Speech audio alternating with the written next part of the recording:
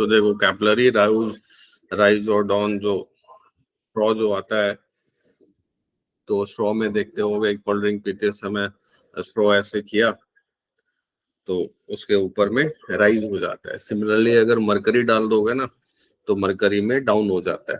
तो जो तुम्हारा राइज का कॉन्सेप्ट है या राइज में जो हम लोग मैथमेटिक्स करके हाइट ये सब फाइंड करेंगे, वो वही प्रोसेस तुम्हारा डाउन में ही है। तो अभी हम लोग इसको देखेंगे कैपिलरी राइज को। तो सबसे पहले हम लोग एक सपोज एक बीकर ले लेते हैं और उसमें फ्लूइड डाल लेते हैं।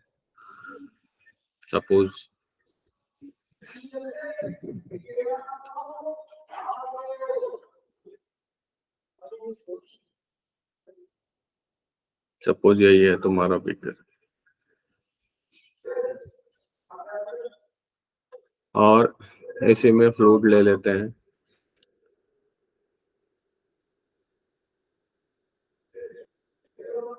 सपोज यही फ्लूइड है।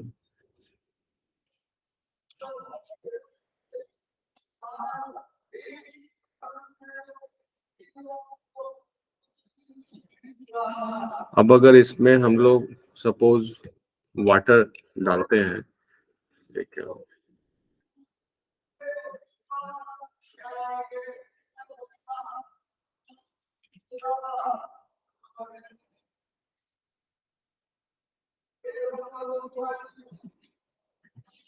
ये फ्लूइड में हम लोग वाटर ले लिए, क्योंकि बताया था कि angle of contact depends upon the types of fluid.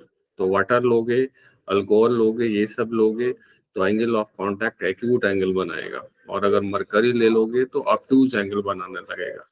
तो सपोज यहाँ पे हमने वाटर ही ले लिया, इसमें वाटर है H2O और इसमें एक ट्यूब डाल देते हैं हम लोग। तो इसमें एक ट्यूब डाल लो, सपोज ऐसा,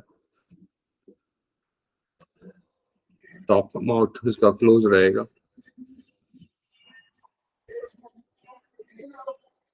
नहीं दोनों माउथ ओपन रहेगा इसमें।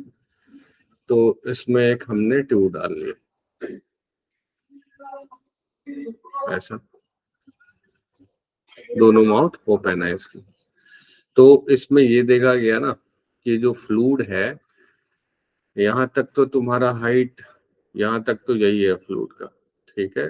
थोड़ा कर्व बनाएगा ऐसा, बट नियरली स्ट्रेट ही रहेगा क्योंकि बहुत ज्यादा है। यहाँ पे ना इस तरीके से वो कर्व बना देगा इस तरीके से, और फ्लूइड इसमें भी ऊपर राइज कर जाएगा। अगर फ्लूइड को देखोगे तो इसमें भी ऊपर ये फ्लूइड राइज कर जाएगा, इस ट्यूब में भी राइज कर गया फ्लूइड। कितना राइज करेगा? सपोज हमने हाइट ले लिया कुछ,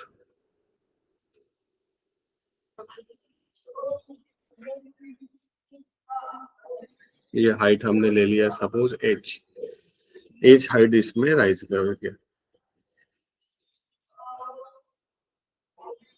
ये जो है हाइट वो है एच। क्या लेंगे इसमें? तो इसमें लेंगे अगर हम लोग वाटर, तो ये वाटर है तुम्हारा।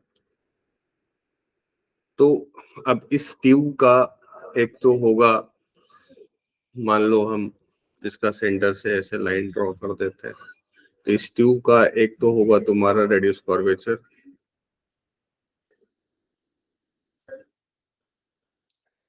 तो मान लो यही है इसका रेडियस ऑफ कर्वेचर, इस ट्यूब का रेडियस होगा। तो ये है इसका स्मॉल आर रेडियस, ये स्मॉल आर है। और एक रेडियस होगा यहाँ से, अगर परपेंडिकुलर ड्रॉ करोगे यहाँ से, तो एक रेडियस ये होगा। अब इसी को मैं थोड़ा मैग्नीफाई कर दे रहा हूँ, इधर मैं मैग्नीफाई करके हम लोग इसको थोड़ा और बड़ा कर लेते हैं समझने के लिए, ताकि क्लियर व्यू हो, दिखे प्रॉपरली। और इधर वाला जो था उसको डाउन में ऐसे कर लो, इस हाइट तक का हम डायग्राम बना रहे हैं, बस विजिबिलिटी अच्छा होने के लिए। इसी में फ्लूइड है और इसका जो था एक्सिस वो एक्सिस ही। तो एक तो इसका यहाँ से मान लो सेंटर हो गया तुम्हारा रेडियस कर्वेचर, ये जो कर्व बन रहा है वो ये आर हो गया, और एक होगा तुम्हारा यहाँ से ये वाला, ये स्मॉल आर है, और ये जो आर है वो मिनिस्कस का radius curvature, radius of curvature. इसके नीचे में क्या है, फ्लूइड है, इसके नीचे में ये सब फ्लूइड है, वही वाला है। और हाइट हमने ये कितना वाला लिया है, जो एक्स्ट्रा हाइट गेन किया है ना वही हाइट ये ले लिया, जो एक्स्ट्रा हाइट गेन किया है वही हाइट हमने ले लिया। एक्स्ट्रा हाइट जो गेन किया था यहाँ से, ये हमने h ले लिया, ये h है। तो अब अगर इसका एबीडी बनाओगे कि आखिर ये क्यों ऊपर उठ गया, ये सब अगर देखोगे तो कांटेक्ट जो बनेगा ना वो देखो यहाँ पे, ये चारों तरफ ऐसे ना कांटेक्ट बन रहा होगा, ऐसे फ्लूइड बना रहा होगा, किसके साथ, बीकर के साथ, चारों तरफ ऐसे बीकर के साथ।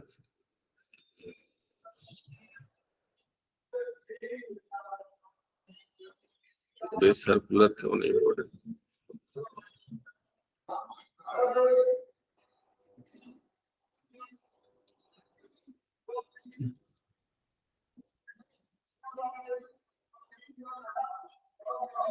तो अगर फोर्सेस को देखोगे कि ये वाले पे फोर्स कैसे लगाएगा, तो बताया था सरफेस टेंशन के रीजन से फोर्स कैसे लगता है, टेंजेंशियल टू द सरफेस।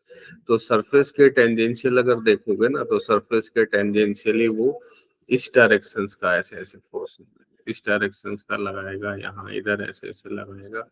अगर अगर ऊपर से टॉप से देखो तो वर्टिकली नहीं रहेगा, ऐसे हमेशा इंक्लाइंड की तरफ जाएगा, इंक्लाइंड की तरफ जाएगा, इस तरीके से। यहाँ वाला अगर देखोगे तो इस साइड से लगेगा, इंक्लाइंड की तरफ से ऐसे ऐसे जाएगा। समझ पा रहे हो कि कैसे लगेगा, बोलो। हाँ सर। ये सब तुम्हारा ऐसे ऐसे इस तरह से रहेगा, ये फ्लूइड का ही सरफेस रहेगा। अब अगर एंगल ऑफ कांटेक्ट यहाँ पे कोई बोल दे कि एंगल ऑफ कांटेक्ट कितना है, अगर मैं एंगल ऑफ कांटेक्ट यहाँ से ले लूं, ये वाला एंगल थीटा ले लूं, यही तो होगा एंगल ऑफ कांटेक्ट। टेंजेंट तो ऐसे ही डालोगे, यही हो जाएगा टेंजेंट तुम्हारा, ये हो जाएगा टेंजेंट, और ये हो जाएगा एंगल ऑफ कांटेक्ट। तो जो फोर्सेस लगेंगे ऐसे टेंजेंशियली, ऐसे ही तो फोर्सेस लगेंगे, तो यही फोर्स जो लग जाएगा, और यही फोर्स का वैल्यू अगर देखोगे तो टी, सरफेस टेंशन अगर टी है इस फ्लूइड का, तो टी मल्टीप्लाई कितना, टी मल्टीप्लाई कौन सा रेडियस, ये स्मॉल आर वाला रहेगा, ये स्मॉल आर वाला, टी मल्टीप्लाई 2 पाई आर ये रहेगा। तो इसी का कंपोनेंट अगर देखोगे तो कंपोनेंट ऊपर के डायरेक्शंस में जो हो जाएगा,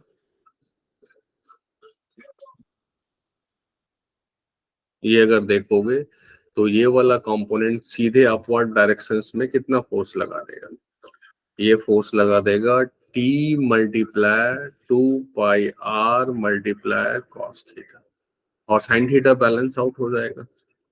तो ये जो एक्स्ट्रा फोर्स इतना आया ना, यही रिस्पॉन्सिबल हो गया इतने वाले फ्लूइड को लिफ्ट करने में। अब इतना फ्लूइड कितना है, डेंसिटी ऑफ वाटर, और ऊपर कर देता हूँ, density of water multiply volume, तो वॉल्यूम पाई आर स्क्वायर हो गया, एरिया स्मॉल आर स्क्वायर, और हाइट कर लो एच। अब इतना छोटा जो कप साइज का जो बन रहा है ना, उसको नेग्लेक्ट करते हैं हम लोग, तो पाई टाइम्स आई स्क्वायर एरिया हो गया, और ये हाइट कर दो वॉल्यूम हो गया, और जी हो गया। अगर ऐसे फोर्स नहीं लगाता तो ये इतना फ्लूइड को लिफ्ट आउट कर पाता नहीं।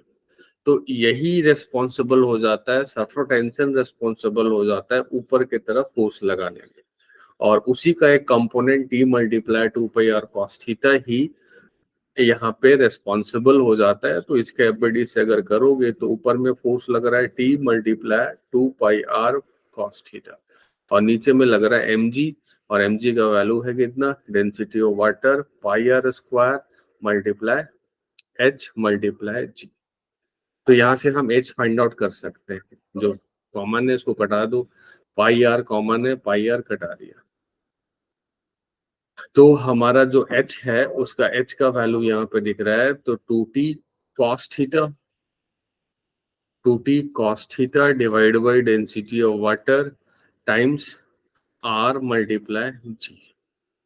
ये तुम्हारा हो गया हाइट, किसके टर्म में, कैपिटल आर के टर्म में नहीं, अभी स्मॉल आर के टर्म में। तो ये पहले स्टैंडर्ड पूछेगा कि height of fluid inside the tube कितना होगा।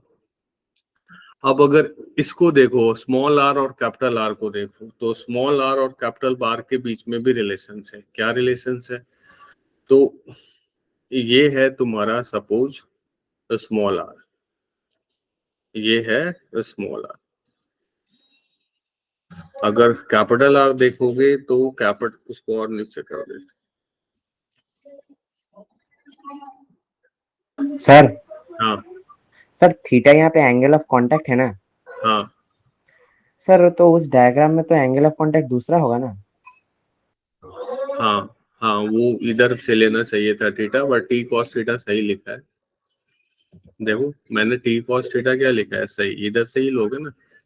हाँ सर। हाँ, वो गलत लिख दिया, ये वाला थीटा है और ये वाला थीटा है, तो ये वाला 90 माइनस थीटा हो जाएगा, और जो लिखा है वो सही लिखा है। यहाँ पिछले क्लास में सब बताया था एंगल ऑफ कांटेक्ट क्या होगा। मैंने देखो कॉस वाला ही लिखा है, तो कॉस वाला इधर वाला रहेगा तभी तो वो होगा। हाँ सर। तो लिखा था सही। अब देखो, अगर तुम R देखोगे तो R तो तुम्हारा, और नीचे थोड़ा कर देते, अगर R देखोगे तो तुम्हारा ये है स्मॉल आर, ये है स्मॉल आर, और कैपिटल आर अगर देखोगे तो कैपिटल आर है तुम्हारा ये वाला है कैपिटल। और यहाँ पे अगर एंगल देखोगे तो ये थीटा है, ये 90 माइनस थीटा है, तो ये वाला भी एंगल तुम्हारा थीटा ही हो जाएगा। ज्योमेट्री से चेक कर लो, यहाँ देख,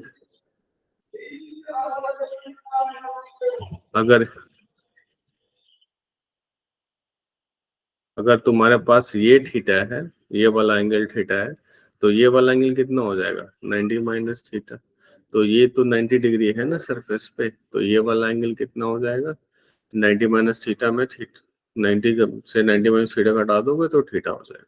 तो इस आर, स्मॉल आर और कैपिटल आर का यहाँ से रिलेशन दिख रहा है। क्या दिख रहा है, यहाँ से रिलेशन दिख रहा है। अगर कॉस थीटा लगा लो तो कॉस थीटा का वैल्यू कुछ नहीं, small R by capital R है, और आर बाई कॉस थीटा कर लो, this implies cos theta by R कर लो, वहां से रिप्लेस कर देंगे हम सीधे। कॉस थीटा बाई आर को देखोगे तो क्या लिख सकते हो, 1/r। तो ये भी एक रिलेशन आ गया। अब इसका भी यूज करके हम ऊपर वाले इक्वेशंस को थोड़ा चेंज कर देंगे कैपिटल आर के टर्म में। तो अगर यहाँ से अगर देखो तो 2t को तो 2t छूट गया ऊपर ही, और cos थीटा बाई आर क्या हो जाएगा, कैपिटल आर, तो ये हो जाएगा 2t by density of water और कैपिटल आर टाइम्स। तो एक और ये एक्सप्रेशन भी तुम्हारा जनरेट हो गया। तो ये भी इम्पोर्टेंट है, स्मॉल आर के टर्म में भी और कैपिटल आर के टर्म में भी। अगर यहाँ से देखोगे तो h, अगर यहाँ से इम्पोर्टेंट पॉइंट अगर बनाओगे तो फिर h किसके प्रोपोर्शनल दिख रहा है, यहाँ से जो h है वो directly inversely proportional to 1/r है। बट कब, जब तुम्हारा थीटा कांस्टेंट हो और साथ में t भी कांस्टेंट हो, थीटा और दोनों कांस्टेंट हो, मतलब फ्लूइड नहीं चेंज कर रहे हो। थीटा किसका फंक्शन है, फ्लूइड का और सॉलिड सरफेस का। मॉलिक्यूल्स नहीं चेंज कर रहे हो, एंगल ऑफ कांटेक्ट नहीं चेंज करेगा, और फ्लूइड का ही फंक्शन सरफेस टेंशन है। तो थीटा और टी कांस्टेंट रखोगे तो डेंसिटी ऑफ वाटर भी तो वही कांस्टेंट हो गया, जी कांस्टेंट ही है।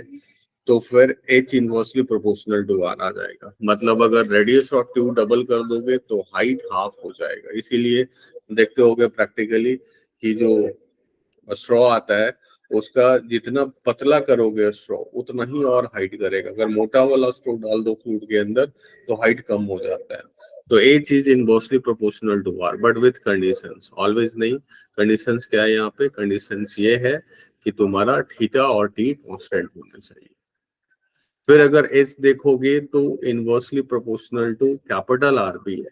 अब कैपिटल R किसको लेके है, क्या लेके है? तो H inversely proportional to capital R होगा तुम्हारा, इसको देखो, T कांस्टेंट कर दो और फ्लूइड कांस्टेंट कर दो।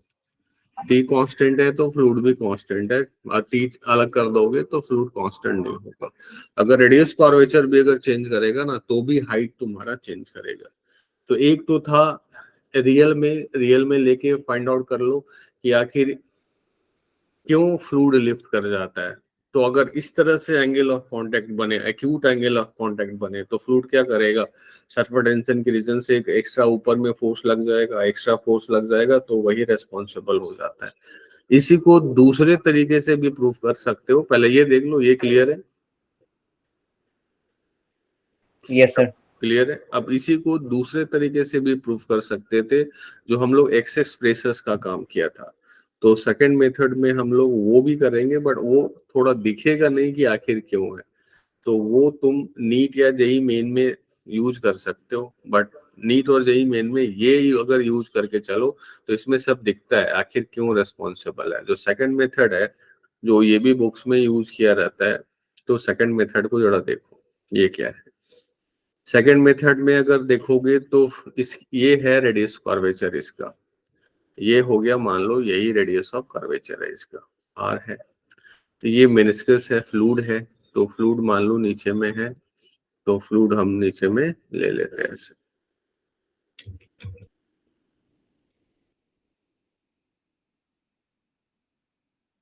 मान लो फ्लूइड ले लिया ऐसे,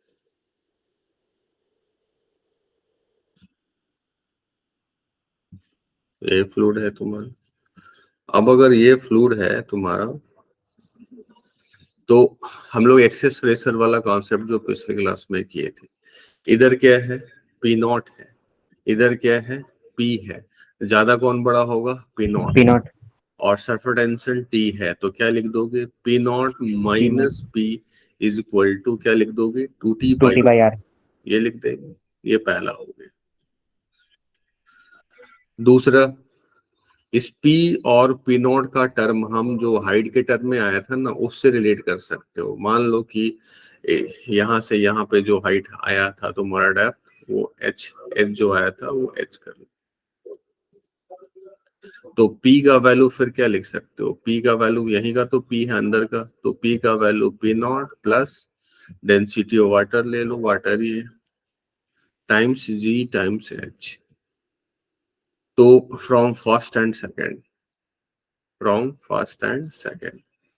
यहाँ से कर सकते हो, P को रिप्लेस कर दो, तो डेंसिटी ऑफ वाटर G और H का वैल्यू आ जाएगा 2T बाई R।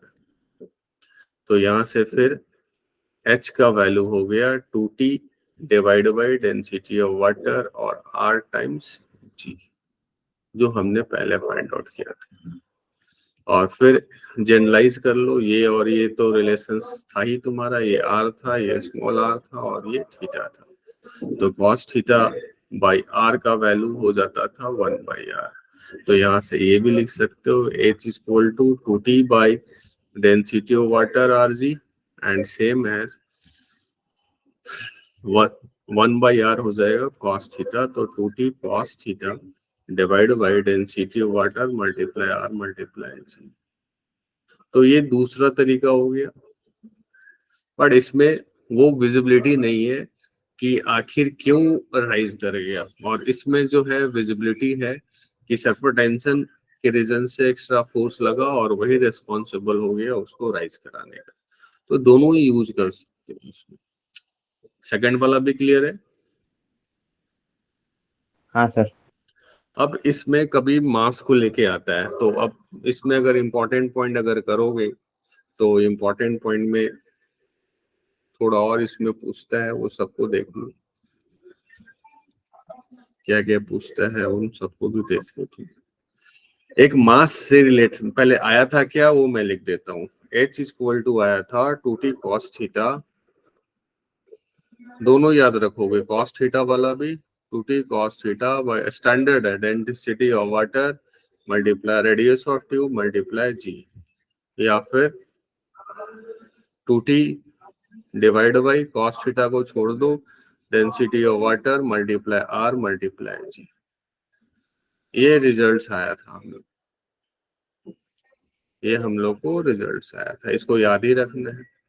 अब इसमें कभी कभी बोलेगा ना कि मास बताओ, फ्लूइड के अंदर मास जो है उसका अगर बताओ, तो मास इनसाइड अगर फ्लूइड का रिलेशंस देखोगे, मास इनसाइड ट्यूब का, मास इनसाइड ट्यूब जो हाइट में है, जो हाइट के फॉर्म में है, अगर वो m है जो राइज किया है, कौन सा मास, मास जो राइज किया है ट्यूब में, तो उसको अगर m अगर पकड़ोगे तो मास क्या होता है, density multiply area pi R square हो गया और मल्टीप्लाई, यही तो मास है।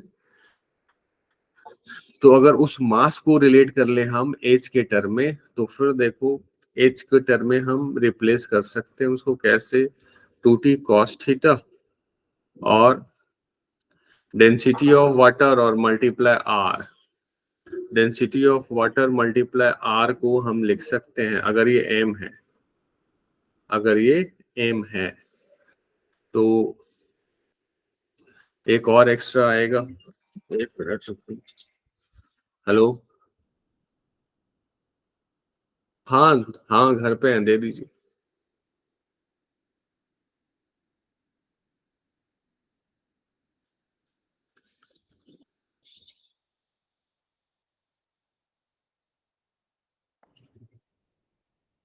तो देखो 2t cos theta divide by density of water R G है, अब इसको हमको चेंज करना है मास में, तो या तो यहीं से यूज कर सकते थे, जैसे हम लोग एम जी लिखे थे ना, तो इज इक्वल टू एम कर देते, और नहीं तो फिर यहाँ से भी लिख लो, उसी को चेंज कर लो,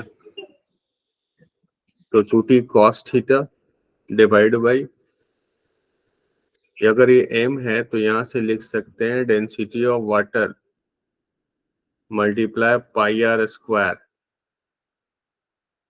multiply pi R square area और h, इसी का वैल्यू हम लोग लिख सकते हैं क्या है, मास है तो हमको इतना नहीं लिखना था, हमको लिखना था density of water multiply R, multiply R, ये कितना आ जाएगा, ये आ जाएगा mass divide by pi multiply R by H, ये आ जाएगा।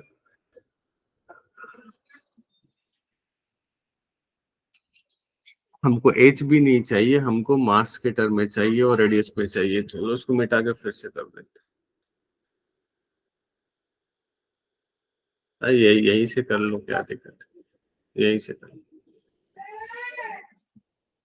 तो 2t cos theta divide by density of water multiply R को क्या लिख सकते हो, m divide by pi R और h, और एक्स्ट्रा क्या है g, तो g कर लिया, तो ये h और h तो कट जाएगा, ये h और h कट जाएगा, ऊपर क्या बच जाएगा, ऊपर जाएगा तुम्हारा, इधर हो जाएगा mg, लेफ्ट हैंड साइड में mg हो जाएगा, और mg is equal to 2t cos theta और मल्टीप्लाई पाई आर, देखो तो सही एक्सप्रेशन है। हाँ तो अब अगर फोर गिवन फ्लूइड कर दो, four given fluid and theta, मतलब क्या, that is T and theta constant है, दोनों कांस्टेंट है, तो जो मास है, मास वो क्या आ रहा है, मास तो आ रहा है 2t cos theta pi R divide by G, G भी तो कांस्टेंट है, तो यहाँ m किसके प्रोपोर्शनल आ गया, r के प्रोपोर्शनल आ गया। तो ये भी पूछता है कि अगर रेडियस ऑफ ट्यूब अगर हम लोग डबल कर देंगे, रेडियस ऑफ ट्यूब अगर डबल कर देंगे तो मास क्या होगा। जैसे एक तो पूछा कि रेडियस ऑफ ट्यूब और एच का रिलेशन, तो यहाँ से ले आए थे हम लोग H is inversely proportional to क्या था, आर। साथ में एक और आ गया कि मास डायरेक्टली प्रोपोर्शनल टू आर होगा, मास डायरेक्टली प्रोपोर्शनल टू आर होगा। तो कभी कभी मास में भी पूछ दिया, एक दो बार पूछ दिया है कि रेडियस डबल कर देंगे तो हाइट क्या होगा, रेडियस डबल कर दोगे तो हाइट हाफ हो जाएगा, लेकिन मास क्या हो जाएगा, मास फिर डबल हो जाएगा। तो ज्यादा अगर तुम रेडियस का स्ट्रॉ डालते हो तो हाइट तो कम हो जाएगा, लेकिन मास जो लेफ्ट है वो ज्यादा मास लेफ्ट कर जाएगा। तो ये भी पूछता है। तो ये भी क्लियर है दोनों पॉइंट, बस रिलेट कर दिया उसको मास के टर्म में। क्लियर है यहाँ तक? हाँ अब जैसे कैपिलरी राइज था ना, अब इसी में जैसे अगर मान लो तुम अगर कैपिलरी डाउन अगर करते हो तो सेम प्रोसेस है सर, दोनों का। स्क्रीन ऑफ हो गई। तो स्क्रीन ऑफ हो गया, देखो तो बाकी लोग को, मेरी तरफ से तो सब सही है। सर अभी ठीक है। सर दिख रहा है। हम्म, तो कैपिलरी अगर डाउन करोगे ना,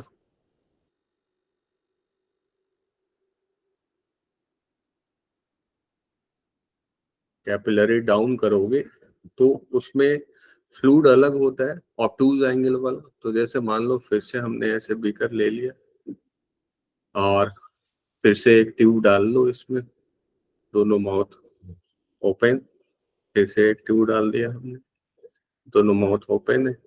अब अगर इसमें तुम डालोगे ना मरकरी, तो मरकरी देखो इस तरह का बना देगा, इस तरह का, और इसमें ना फिर इस तरह का ऐसे आ जाएगा, डाउन कर देगा।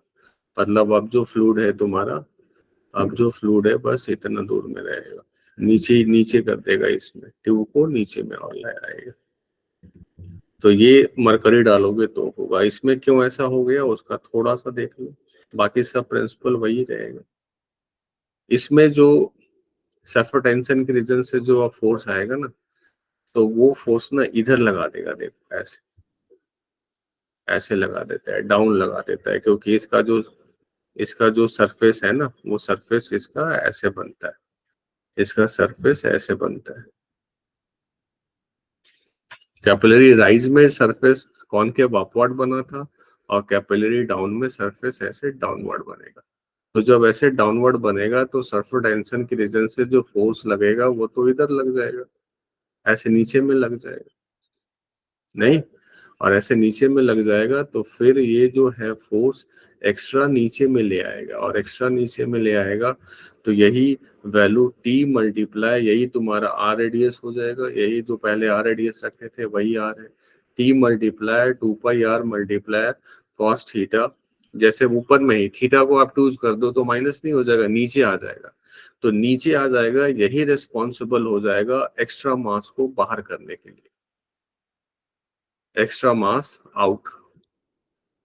तो ये एक्स्ट्रा मास इतना आउट कर देगा, तो एक्स्ट्रा मास आउट फिर लिखोगे T multiply 2 pi R cos theta is equal to M G. और वही अगर फिर से अगर देखो तो ये इतना अगर हाइट डाउन कर दिया है तो इसी को बोलते हैं हम कैपिलरी डाउन, इसी को डाउन के नाम से बोलते हैं। तो इस मास को अगर देखोगे तो डेंसिटी ऑफ मरकरी ये कब होगा, जब मरकरी एच जी यूज करोगे, H G pi R square multiply H multiply G. तो फिर से वही एक्सप्रेशन आ जाएगा, कैपिलरी राइज का बोलो या डाउन का बोलो, तो 2t cos theta divide by density of water, और पाई तो चला जाएगा, r टाइम्स जी, यही आ जाएगा। तो जो पहले एक्सप्रेशन था अभी भी वही एक्सप्रेशन है, बट वहां पे वो रेस्पॉन्सिबल था अप करने में, यहाँ पे वो रेस्पॉन्सिबल है डाउन करने में। सर तो रो ये, एच जी होगा ना? हाँ बोलो। Sir H is equal to 2t cos से डिवाइड बाय। रो वाटर नहीं, रो एच जी आएगा, रो यहाँ एच जी आएगा। तो मरकरी अगर ले लोगे ना, तो मरकरी के केस में तुम्हारा कैपिलरी डाउन हो जाता है। तो ये था तुम्हारा कैपिलरी राइज, उसके बिहाइंड कॉन्सेप्ट। और दूसरा कैपिलरी राइज कर लो तो डाउन भी है, डाउन पूछता नहीं है, राइज से ही हो जाता है हमेशा, तो राइज ही पूछते रहता है।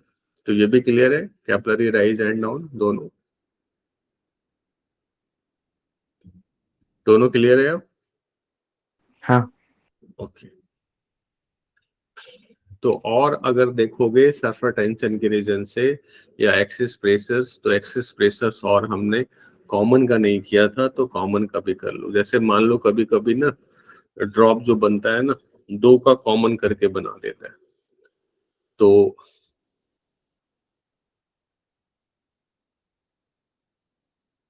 उसको ऐसे कर लो, इसको पूरा ही कर लो अभी। Common radius for two liquid drop, liquid drop, अगर दो लिक्विड ड्रॉप हो ना, मिक्स कर दिया, जैसे देखो कैसे मिक्स करेंगे। तो सपोज एक लिक्विड ड्रॉप हमने लिया ये, और दूसरा लिया हमने, सपोज दूसरा भी इसी कलर का ले लो, दूसरा लिया हमने इधर, इधर ऐसा लिया। अब सपोज ना ये मिक्स हो गया, मिक्स होके हुआ क्या, इसमें इतना हटा दो, दोनों एक ही फ्लूइड था, दोनों अलग अलग फ्लूइड नहीं है, बट दो अलग अलग ड्रॉप था और मिक्स कर दिया। मिक्स करके हुआ क्या, एक नया रेडियस बना दिया इसने, नया रेडियस सपोज इसने ऐसा बना दिया, और इसका रेडियस हो गया सपोज, इधर में पकड़ लो आर, कॉमन रेडियस हो गया आर, और इसका ब्लू वाले का इधर में था R1, सपोज ब्लू वाले का सपोज ये R1 था, ये था R1, और इस ब्लू वाले का सपोज ये था R2, ये था R2। फ्लूइड एक ही है सब जगह, अलग अलग फ्लूइड नहीं है, एक ही डेंसिटी है, एक ही सरफेस टेंशन है, फ्लूइड तो एक ही जगह है। बस दो जो ड्रॉप था ना, जो पिछले क्लास में हम लोग एक्सेस प्रेशर्स किए थे, अलग अलग ड्रॉप लिए थे, ड्रॉप का भी किए थे और हम लोग बबल का भी किए थे, तो वहां पे सिंगल ही ड्रॉप था, बट यहाँ पे दो ड्रॉप है और मिक्स हो गए, मिक्स होके कॉमन रेडियस कर्वेचर बनाया है, तो इसको हमको बताना है। अगर एक ही ड्रॉप है तो सरफेस टेंशन तो एक ही रहेगा। अब मान लो कि यहाँ बाहर में प्रेशर, तो यहाँ बाहर में प्रेशर सपोज पी है, बाहर में प्रेशर पी है, पी नॉट ले लो, इधर अंदर में प्रेशर P1 है, और यहाँ पे बाहर में प्रेशर P नॉट है, और यहाँ अंदर में प्रेशर P2 है। तो इस सरफेस से हम बोल सकते हैं एक्सेस प्रेशर क्या है, P1 माइनस P नॉट, यही तो है, और इसका वैल्यू क्या हो जाएगा 2T/R1। तो ये भी क्लियर है। फिर इस वाले सरफेस को लेके हम लोग बोल सकते हैं एक्सेस कौन सा बड़ा है, P2 बड़ा है, तो P2 माइनस P नॉट, यहाँ पे भी क्या हो जाएगा 2T/R2, ये सेकंड हो जाएगा। अब अगर इसके लिए काम करोगे तो यहाँ पे प्रेशर है क्या P1, और यहाँ है क्या प्रेशर P2, तो इसके लिए अगर काम कर लो तो बड़ा कौन है P1, तो P1 माइनस P2, और वही तो सरफेस टेंशन होगा 2T बाई डिवाइड बाई क्या कर दोगे R, ये थर्ड आ जाएगा। तो फ्रॉम फर्स्ट सेकेंड थर्ड से हम यहाँ पे हम आराम से काम कर सकते हैं। तो अगर यहाँ पे हम लिख दे कि from first second and third common radius curvature हमारा मिल जाएगा, तो सबको थर्ड में डाल दो। P1 का वैल्यू क्या हो जाएगा, P1 का वैल्यू हो जाएगा 2T/R1 प्लस P नॉट, ये हो गया P1, और P2 का वैल्यू हो जाएगा P नॉट प्लस 2T/R2, और इन दोनों का वैल्यू इक्वल टू कर देंगे 2T/R। तो देखो P नॉट तो चला गया, 2T कॉमन हो गया, तो 1/R1, तो 1/R1 minus 1/R2 is equal to 2T common आ जाएगा, कैंसिल हो जाएगा 1/R। तो ये हमारा कॉमन रेडियस ऑफ कर्वेचर निकल के आ जाएगा। अगर दो फ्लूइड को मिक्स कर देते हो तो common radius of curvature 1/R का वैल्यू 1/R का वैल्यू हो जाएगा 1/R1 माइनस 1/। तो ये रिजल्ट्स भी याद रखोगे, ऑब्जेक्टिव में पूछते रहते हैं। तो ये भी क्लियर है, common radius curvature O2 liquid drop. यही अगर बबल रहेगा तो बबल के केस में क्या कर दोगे, 40/R हो जाएगा, फिर से 40 कैंसिल ही हो जाएगा। तो ये भी क्लियर है, बोलो। हाँ सर। अब एक और कुछ प्रॉब्लम आएगा कि सरफेस से नीचे अगर चला गया तो उस रेडियस में क्या रिलेशन होगा।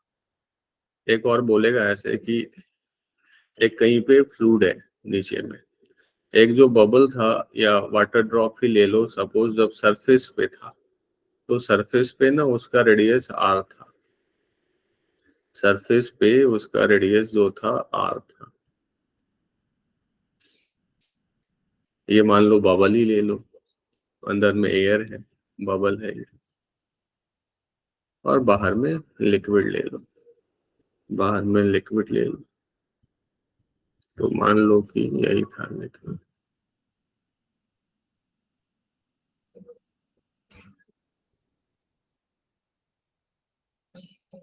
सरफेस पे बोला रेडियस R है। अब अगर ये सरफेस पे प्रेशर मान लो P0 है, यहाँ पे प्रेशर क्या है, P0 है, यहाँ पे प्रेशर P0 है। अब बोला कि अगर ये यहाँ से H डेप्थ पे चला जाता है, H डेप्थ पे सेम, तो इसका अब नया रेडियस क्या हो जाएगा। और दिया हुआ है H डेप्थ कितने प्रेशर्स के बराबर है, ये दिया हुआ है। अब ये नया वाला रेडियस इसका क्या हो जाएगा, R डैश। और लिया हुआ है कि suppose P0 plus density of water ले लो, P0 plus density of water G times H is equal to, suppose दिया हुआ है 8 टाइम्स P0। ये गिवन है, ये गिवन है। तो बोल रहा है फाइंड R डैश। तो अगर एक ही बबल है, इसमें देखो कॉन्सेप्ट क्या होगा, अगर एक ही बबल है तो इसका सरफेस टेंशन यहाँ का और इस सरफेस टेंशन यहाँ का सेम ही होगा। सरफेस टेंशन तो चेंज करेगा नहीं। क्या यूज करके बनाओगे इमरान, बताओ क्या यूज करोगे इसमें।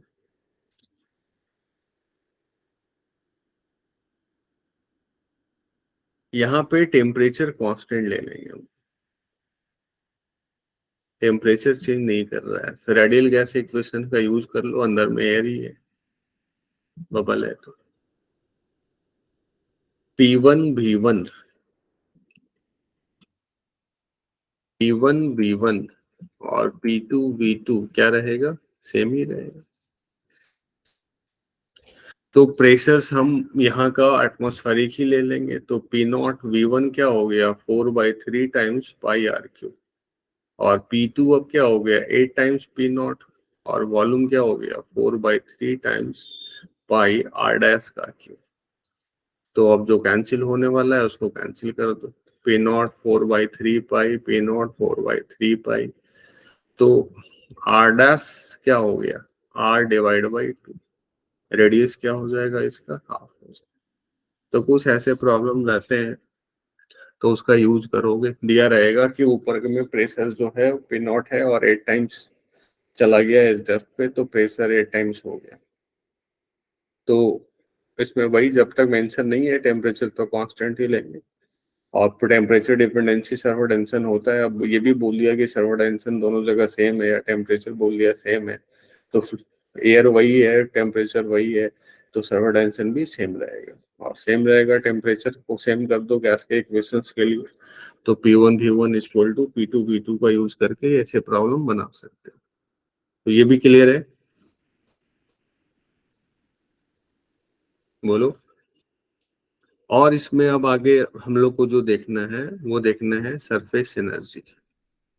तो सरफेस टेंशन देख लिया, सरफेस टेंशन में एक और देख लो, सरफेस टेंशन में एक और देख लो, क्योंकि यहाँ पे फिर फर्स्ट है। तो सरफेस टेंशन में देखो एक रहेगा, मान लो जैसे देखो कैसे प्रॉब्लम में देगा, और वो पूछा भी हुआ है एडवांस में। तो सपोज एक रहेगा तो तुम्हारा, पहले मैं बना ही देता, डायग्राम बना देता हूं पहले।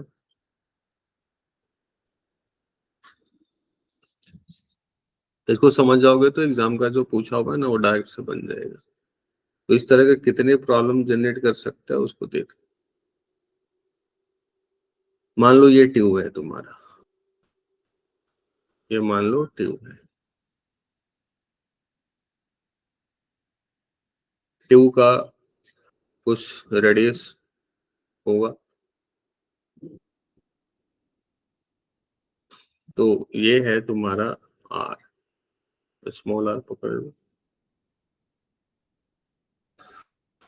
और ट्यूब में ना फ्लूइड है। अब मैं ये वाला पोर्शन हटा देता हूँ, इतना।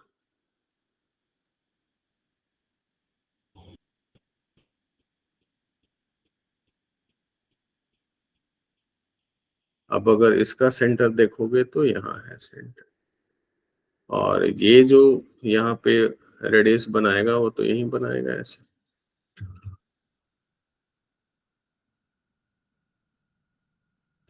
ये मान लो रेडियस है आर, किसका, ड्रॉप एक बन रहा है।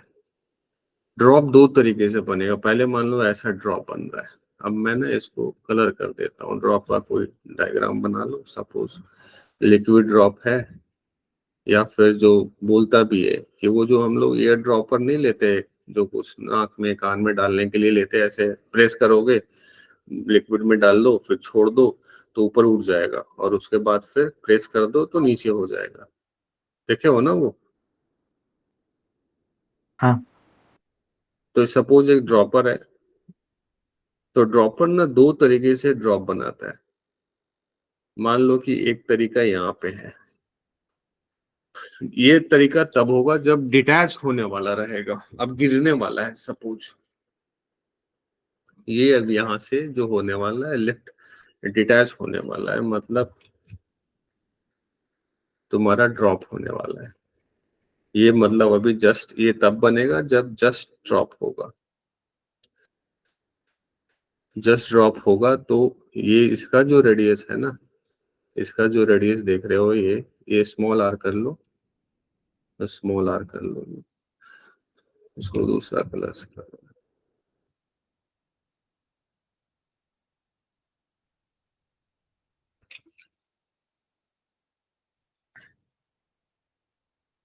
ये है तुम्हारा स्मॉल आर, ये भी स्मॉल आर।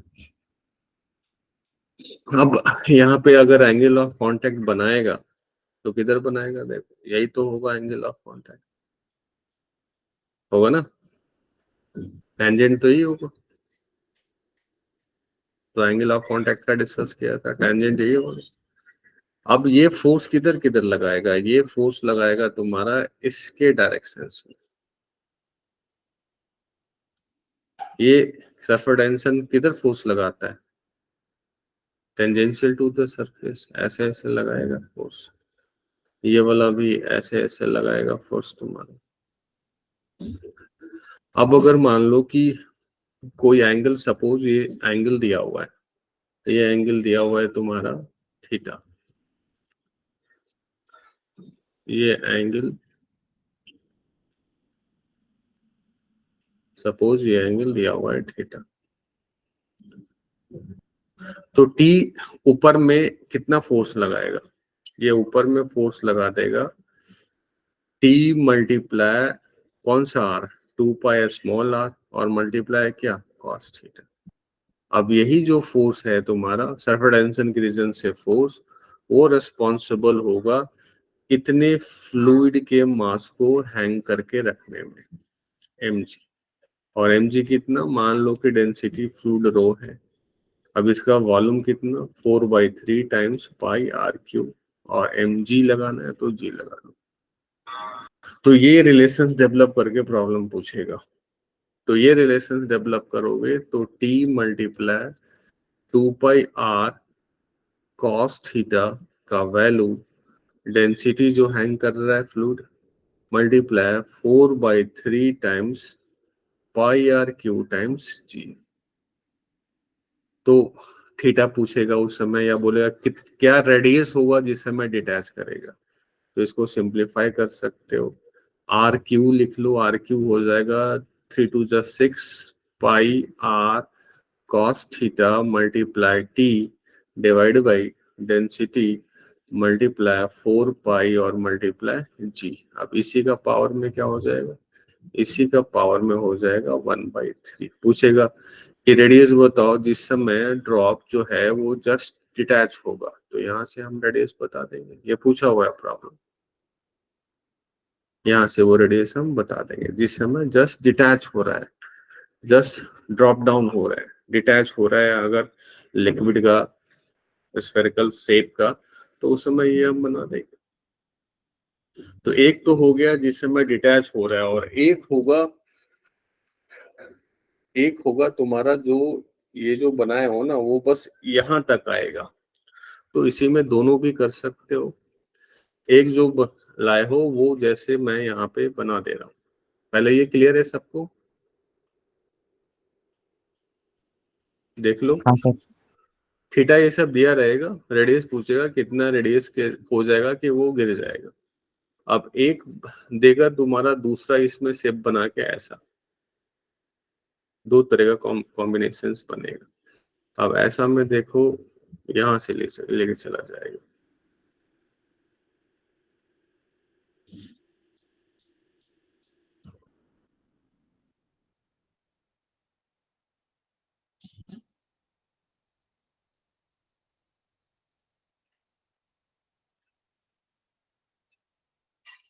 अब ये सबको मिटा दो, या डॉट डॉट से रख सकते हो, इसको तो मिटा ही दो,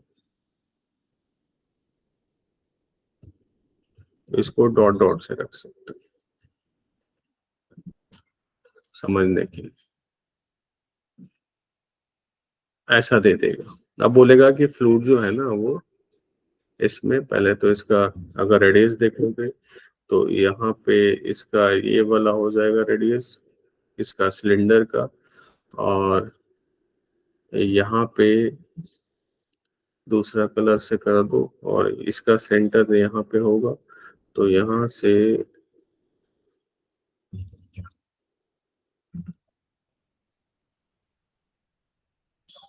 ये वाला हो जाएगा इसका रेडियस आर, और ये वाला है इसका रेडियस आर।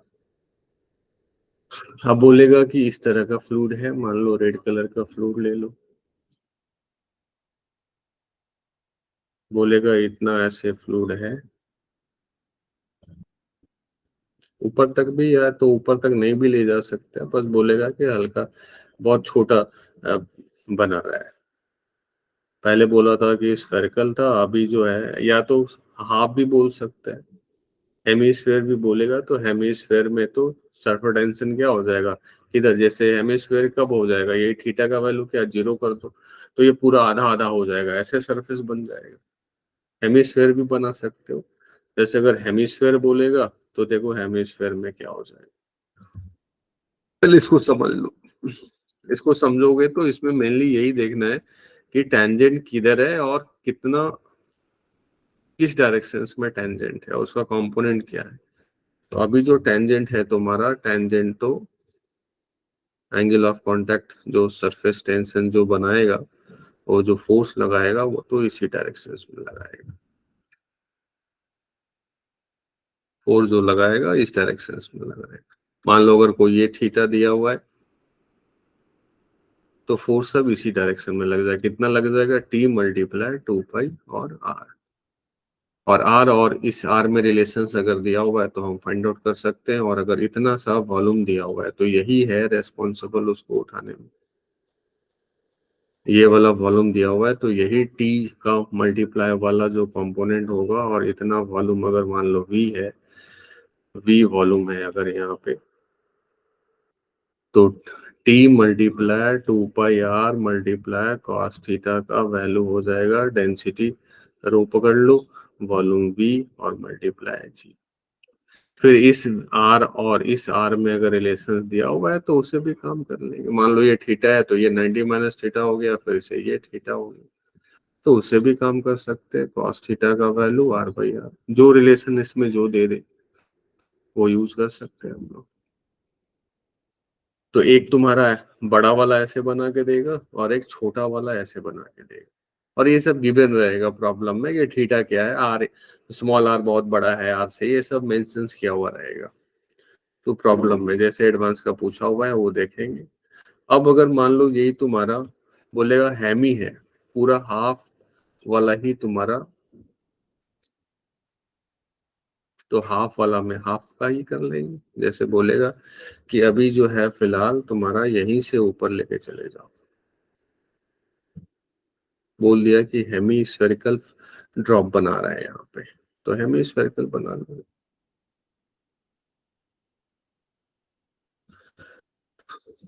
इतना को मिटा देंगे, हेमी स्फेरिकल ही बना लेंगे, हेमी स्फेयर हो गया।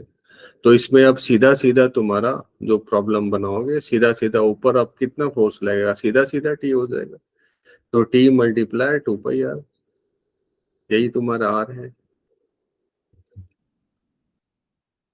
यही तुम्हारा आर का वैल्यू है, ये आर है। और ये वाला कैपिटल अगर आर है तो ये हो जाएगा 2/3 टाइम्स πr³ मल्टीप्लाई जी। तो अब इसको बैलेंस कर लेंगे हम लोग। तो हेमिस्फेयर बोल सकता है या कुछ छोटा पोर्शन बोल सकता है या फिर एक बड़ा पोर्शन बोल सकता है। तो तीनों का एबीडी हमने यहाँ पे कर लिया और तीनों के एबीडी के अकॉर्डिंगली हम लोग प्रॉब्लम बनाएंगे। ये पहला वाला और ये लास्ट वाला, ये दोनों पूछ चुका है, प्रॉब्लम है उसका, तो इसमें वो काम करेंगे, हम लोग बनाएंगे। तो ये भी क्लियर है। सर हेमिस्फेयर वाले में तो रो भी आएगा। क्या आएगा और बोलो। रो इंटू 2/3πr³ जी। हाँ तो वही तो लिखा है, mg ही तो लिखा है देख। अच्छा इसमें रो छूट गया। हाँ sir. T multiply 2πr force हो गया और डेंसिटी मल्टीप्लाई वॉल्यूम मल्टीप्लाई, ठीक है। ये भी इस तरह का कर लोगे, प्रॉब्लम डायरेक्ट उठाएंगे हम लोग, ठीक है। अब हम लोग पढ़ेंगे सरफेस एनर्जी, वो लास्ट है तुम्हारा। तो सरफेस एनर्जी को देखो, फ्लूइड का अगर प्रॉपर्टी हम लोग बोले थे तो हम लोग, मैंने बोला था कि फ्लूइड के प्रॉपर्टी में डेंसिटी, प्रेशर, प्रेशर ही ज्यादा मेन काम था और वो काम हमने किया था।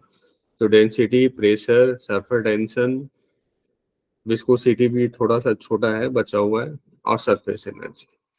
तो सरफेस टेंशन को हमने देख लिया, अब हम लोग देखेंगे सरफेस एनर्जी।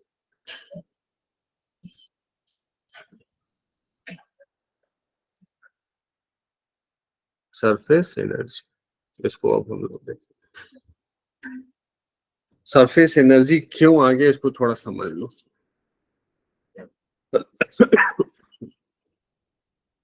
फ्लूइड, फ्लूइड के अंदर में कोई इलास्टिसिटी जैसा प्रॉपर्टी नहीं होना चाहिए, बट फ्लूइड का सरफेस पे, जैसे मान लो ये सरफेस है ना, तो ऊपर से कुछ हम रखते हैं, हल्का अगर रहता है तो ऊपर ही रह जाता है। जस्ट लाइक मतलब एक तुम्हारा नेट है, जाल है, और ऊपर में कुछ बॉडी रखोगे तो वहीं पे ऊपर ही रह जाता है, बट हल्का है तो। लेकिन उसी को अगर नीचे कर दो ना, तो नीचे में फिर वो जैसे पत्ता अगर है नीचे कर दिए तो वो पत्ता नीचे से नीचे चला जाता है या अलग वहीं पे रुका नहीं रहता है।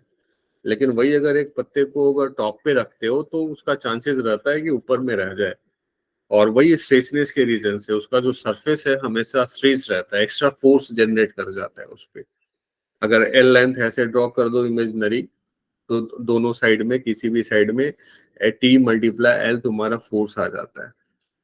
तो कहीं पे भी अगर फोर्स आ गया ना तो कैपेसिटी टू डू वर्क आ गया, और कहीं पे फोर्स है और कैपेसिटी टू डू वर्क है तो फिर एनर्जी है।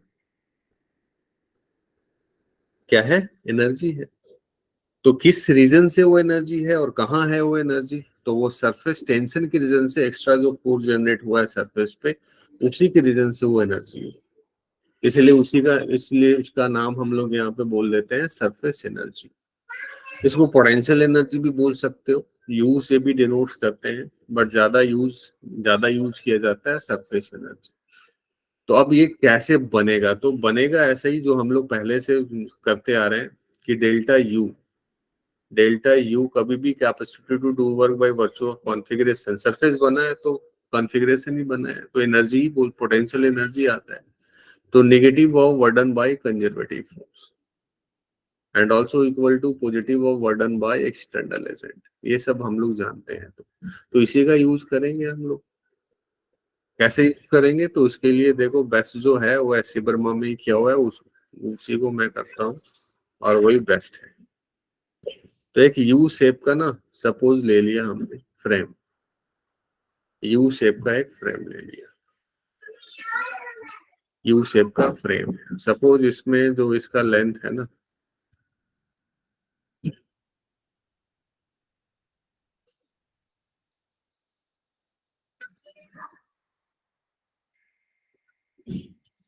इसमें जो इसका लेंथ है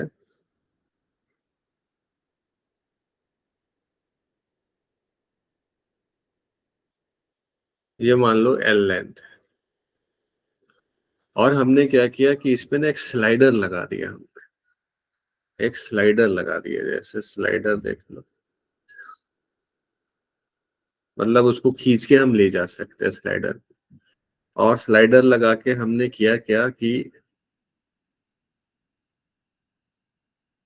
इसको ना फ्लूइड के में ऐसे भिंगो दिया, लेयर चढ़ा दिया। जैसे वो मेले ये सब में आता है ना, सर्कुलर आता है, उसमें ऐसे डुबा दो और ऐसे फूको तो ऐसे हवा बन के निकलता है उसमें। देखे हो ना वो सब? हाँ। हाँ तो वैसा ही एल शेप है, दोनों तरफ सरफेस है। ये जो बन गया वो फ्लूइड का सरफेस बन गया। अब एक पर्सन क्या किया, इसको स्लोली स्लोली ऐसे फोर्स लगा के और स्लोली स्लोली यहां से उठा के यहां तक ले आया, यहां से उठा के उसको यहां तक ले आया। तो ये सरफेस पूरा जो जो बना था ना, ये सरफेस यहां से उठ के यहां तक अपना आ गया।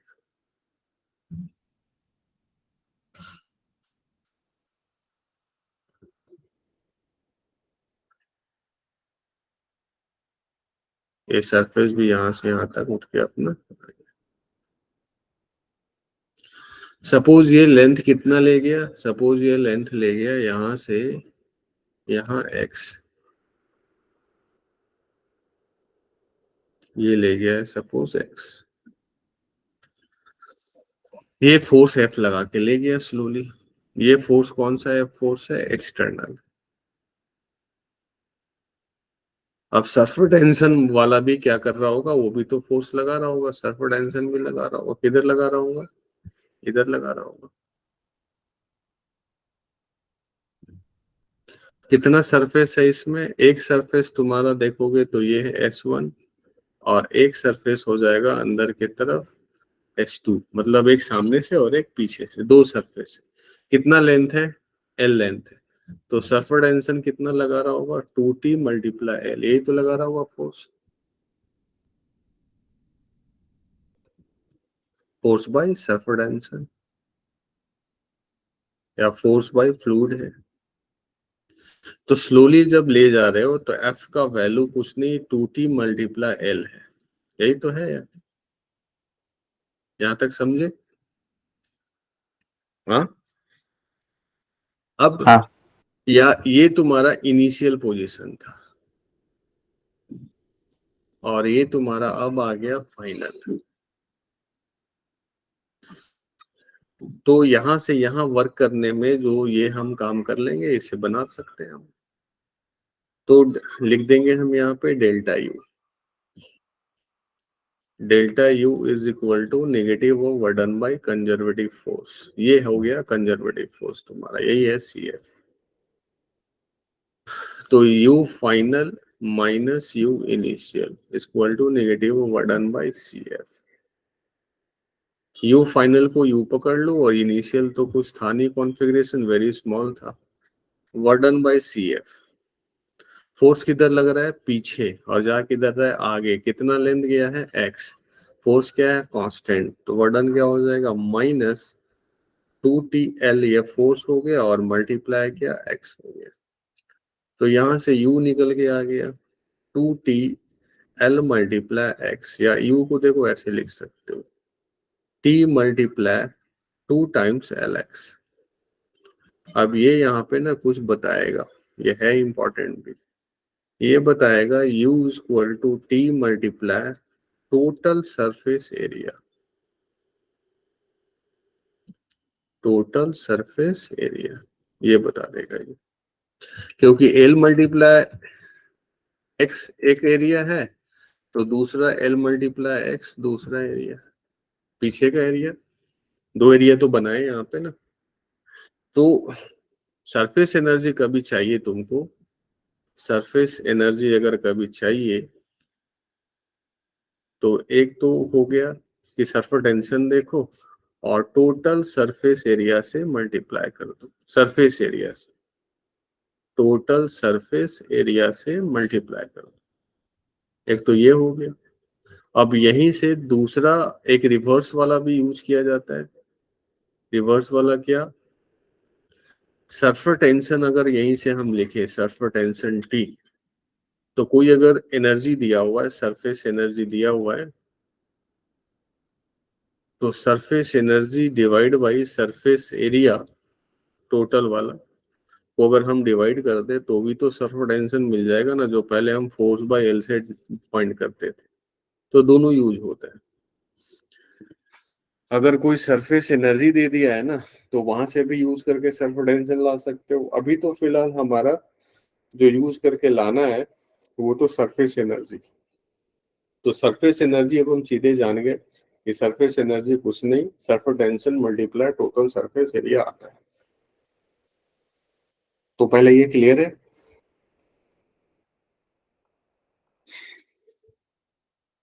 बोलो। हाँ अब इसी का एप्लीकेशंस जैसे देख लो, मान लो कि हमने एक लिया ड्रॉप, लिक्विड ड्रॉप है, लिक्विड ड्रॉप है, अंदर में भी है फ्लूइड।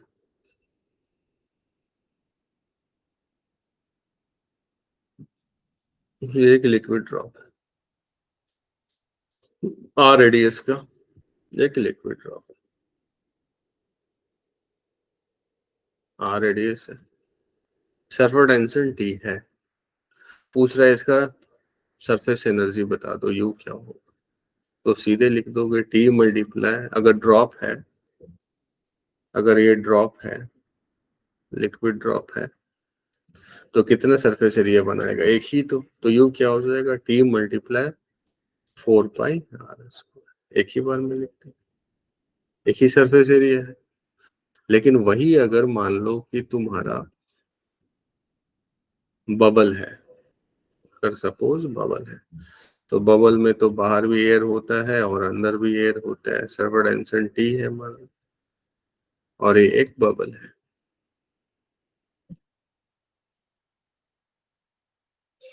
तो बबल है, तो अब इसका अगर पूछेगा कि सरफेस एनर्जी बता दो, तो बबल के केस में surface energy T multiply total surface area 2 times 4 पाई r² कर देंगे।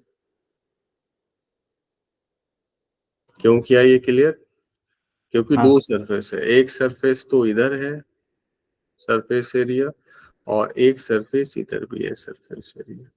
तो इस केस में टोटल सरफेस एरिया जो होगा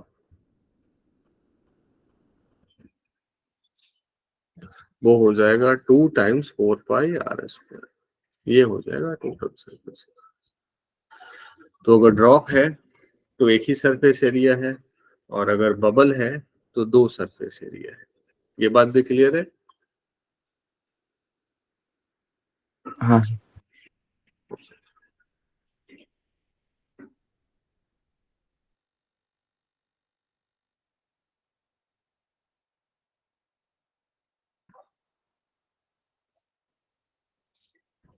अब अगर इसी में कुछ और प्रॉब्लम जैसे देख ली, इसी में ऐसे बोलेगा कॉन्सेप्ट्स को प्रॉब्लम वाइज देख, बोलेगा कि एक बड़ा रेडियस का था, या उल्टा भी हो सकता है, एक बड़ा रेडियस का था और इसका रेडियस था आर, एक बिगर ड्रॉप था, आर रेडियस का एक बिगर ड्रॉप है ये।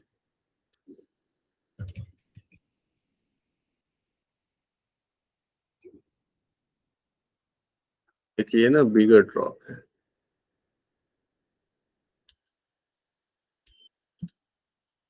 इसको ना कन्वर्ट कर दिया हमने n number of smaller drop में, इसको कन्वर्ट कर दिया गया n number of smaller drop में।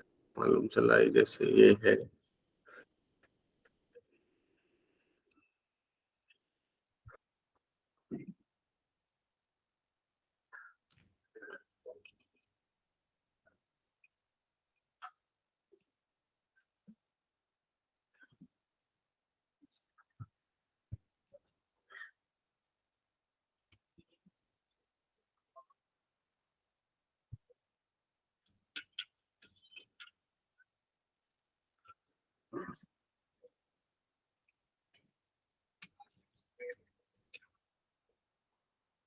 ऐसा ऐसा कितना हो गया, ऐसा ऐसा n नंबर ऑफ कर लिया हमने, सबका आइडेंटिकल है, सबका रेडियस जो है वो आर ही है, सबका रेडियस आर है, small are.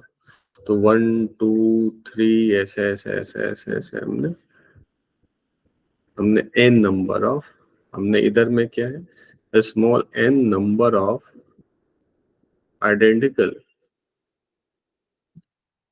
Identical smaller drop convert कर दिया गया, same liquid, smaller drop of same liquid. Same liquid है तो सर्फ डायरेक्शन चेंज करेगा क्या? नहीं।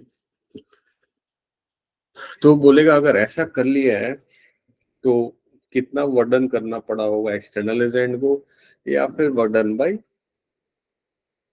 कंजर्वेटिव फोर्स, या फिर कितना एनर्जी का डिफरेंस है, ऐसा ऐसा पूछ दिया। मतलब इनिशियल हमारा ये है,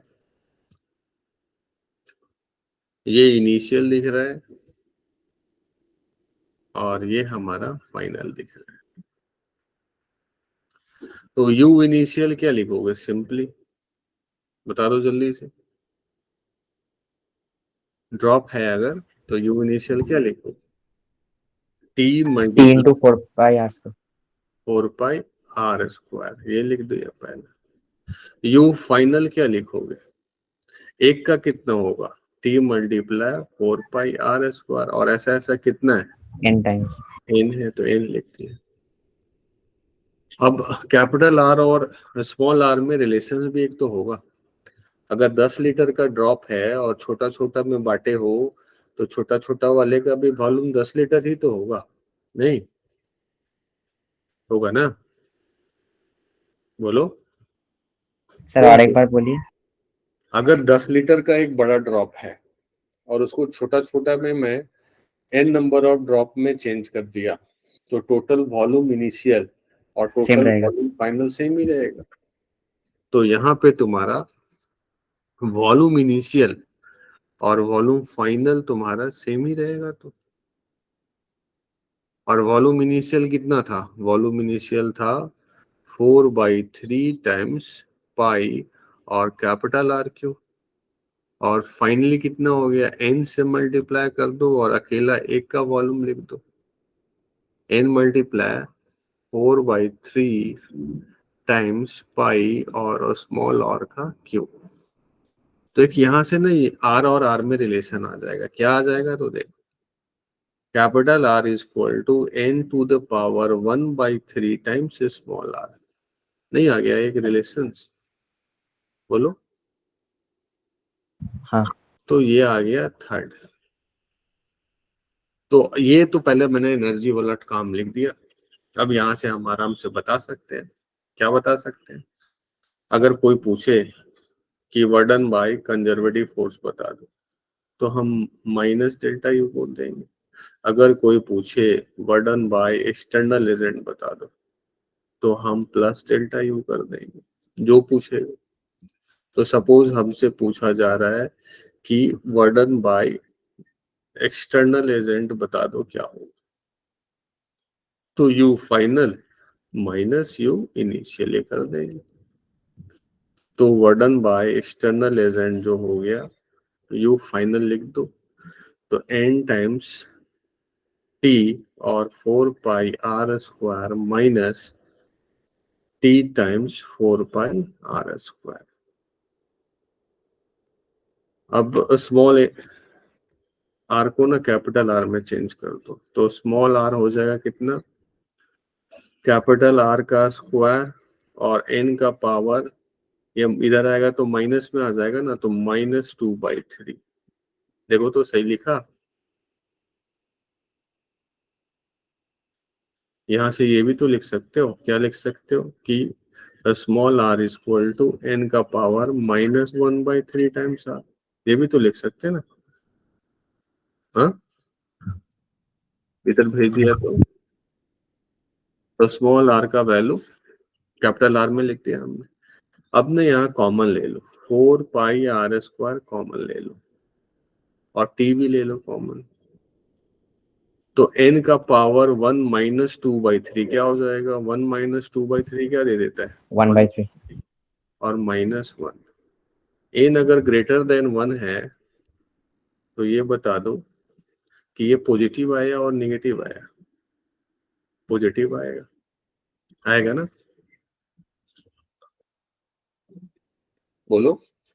n अगर ग्रेटर देन 1 है तो उसका क्यूब रूट हमेशा क्या होगा, ग्रेटर देन 1 ही रहेगा। तो ये हाँ पॉजिटिव आया, इसका मतलब यहाँ पे हम बोल सकते हैं कि हेयर, पहले तो वर्डन तो बता ही दिया, ये इसका मतलब यहाँ हम लोग बोल सकते हैं here U final is greater than U. मतलब ऊपर वाला जो प्रोसेस है, एक से बहुत सारे में अगर ब्रेक कर दोगे तो फाइनल एनर्जी क्या हो जाएगा, बढ़ जाएगा। लेकिन वही अगर रिवर्स, बहुत सारे मॉलिक्यूल्स को अगर मिक्स करके एक बना दो, तो फाइनल एनर्जी क्या हो जाएगा, घट जाएगा। तो ऐसा पूछा हुआ है कि अगर एक आर रेडियस का ड्रॉप था और small N number of R radius के ड्रॉप में अगर ब्रेक कर दिया, तो सबसे पहले वर्डन, तो वर्डन तो ये याद रखोगे, कैसे करना है वो याद रखोगे। Work done by external agent, work done by conservative force, तो माइनस लगा दो, या फाइनल एनर्जी क्या हुआ, तो फाइनल एनर्जी बढ़ गया, इनिशियल एनर्जी से फाइनल एनर्जी बढ़ जाएगा। कोई बोलेगा टेम्परेचर क्या होगा, स्लाइटली, तो एनर्जी किसी का अगर बढ़ जाता है तो टेम्परेचर स्लाइटली क्या होगा, राइज कर जाएगा। किसी का एनर्जी कम हो गया तो टेम्परेचर स्लाइटली क्या हो जाएगा, डाउन कर जाएगा, फॉल कर जाएगा। ये भी समझे, बोलो। हाँ इस टाइप का कर लोगे अब सरफेस एनर्जी का प्रॉब्लम। हाँ सरफेस एनर्जी तुम्हारा ज्यादा इंपॉर्टेंट है जेई मेन नीट के लिए। एडवांस में तो सबसे ज्यादा इंपॉर्टेंट था उधर ही, जो प्रेशर जो नहीं किए थे, फोर्सेस फाइंड करना सरफेस पे, बर्नौली, आर्किमिडीज, और फिर बॉयंसी, ये सब ज्यादा पूछता है। सरफेस टेंशन का ये वाला पार्ट कभी पूछता है, जो ये अभी किए ना, ये वाला पार्ट पूछता है एडवांस में। सरफेस एनर्जी से ज्यादा पूछेगा जेई मेन और नीट में। अब विस्कोसिटी देख लो और स्टोक्स ला एक है, उन दोनों को देख। बस केमिस्ट्री क्लास हुआ था ना, हाँ। और वो कहाँ रह गया है, क्या नाम था उसका, वो आया नहीं आज।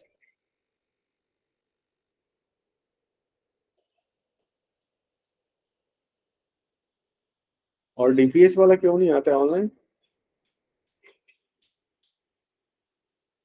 उससे बात नहीं होता है तुम्हारा। सर अभिषेक को बोला था कि वो जब मतलब 3:30 से 5:30 का क्लास है तब तो वो सोता है, तो इसीलिए वो नहीं आता तो दिन में भी सोता है। है। वो बोला था कि उस समय वो सोता है तो वो रिकॉर्डिंग देख लेता है। दिन में सोएगा कैसे होगा बताओ। आदत खराब हो जाएगा, एग्जाम गड़बड़ हो जाएगा। सोना नहीं चाहिए अभी, कम से कम जेई नीट वाला एस्पिरेंट को ना तो दिन में नहीं सोना चाहिए।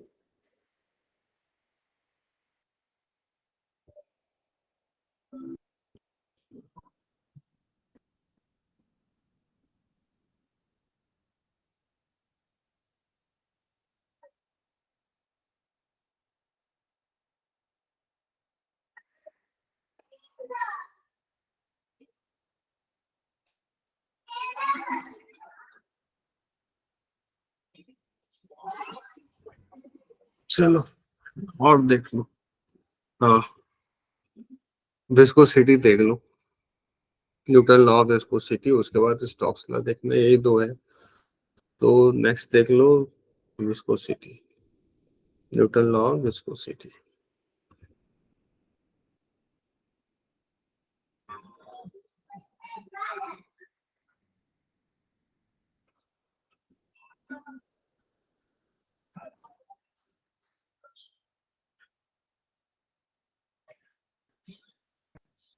तो देखो इन्होंने क्या बताया, इन्होंने बताया कि अगर फ्लूइड को अगर हम ऐसे लेयर वाइज समझे,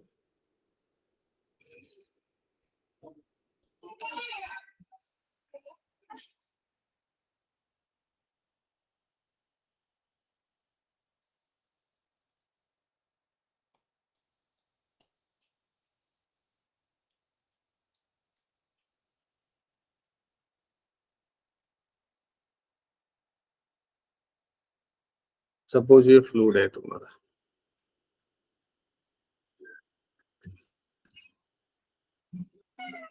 फ्लूइड को ही एक हमने लेयर वाइज बना लिया है,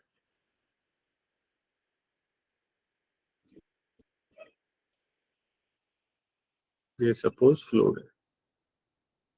अब एक ऐसा ही लेयर और ले लो,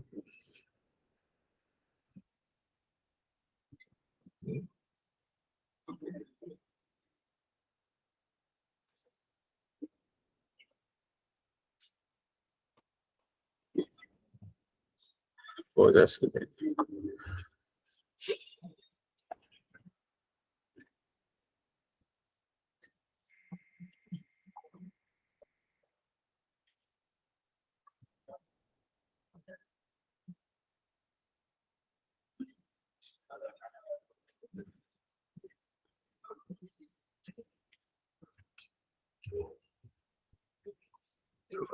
ऐसे उन्होंने बोला कि अगर दो लेयर है, ये लेयर 1 है और ये लेयर एबव लेयर 2 है,